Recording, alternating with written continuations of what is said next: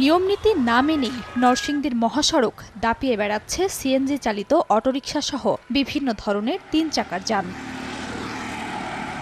ঢাকা সিলেট মহাসড়কের নরসিংদীর ৫২ কিলোমিটার অংশে প্রায়ই ঘটছে দুর্ঘটনা। এর মূল কারণ বেপরোয়া গতির ৩ চাকার যান। আইন অমান্য করে দূরপাল্লার বাস ট্রাকের সঙ্গে পাল্লা দিয়ে চলছে অবৈধ থ্রি হুইলার। এসব যানবাহনের চালকদের বেশিরভাগেরই নেই ড্রাইভিং লাইসেন্স, গাড়ির বৈধ কাগজপত্রও নেই। দূরপাল্লার গাড়ি চালকরা বলছেন, অদক্ষ চালকদের বিপজ্জনক ওভারটেকিং ও বেপরোয়া গতির কারণেই বাড়ছে দুর্ঘটনা। সিএনজি অটোরিকশা এরা কোনো সতর্কই নেই।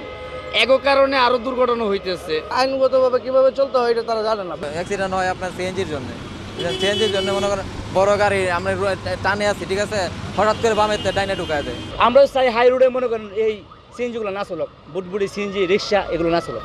মহাসড়কে সিএনজি চালিত অটোরিকশা চলাচলের অনুমতি নেই। একথা জানা থাকলেও চালকরা বলছেন, অন্য সড়কের তুলনায় যাত্রী বেশি পাওয়ায় মহাসড়কে নামেন তারা।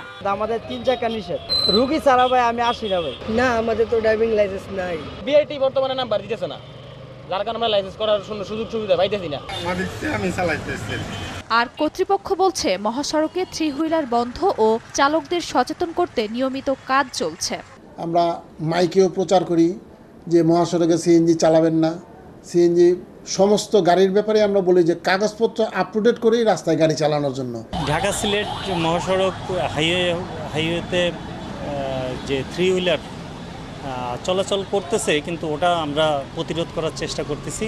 ২০১৮ সাল পর্যন্ত বিআরটিএ নরসিংদীতে ৪,৩০০টি সিএনজি চালিত অটোরিকশার নিবন্ধন দিলেও বাস্তবে চলাচল করে অনেক বেশি। সময় সংবাদ, নরসিংদী।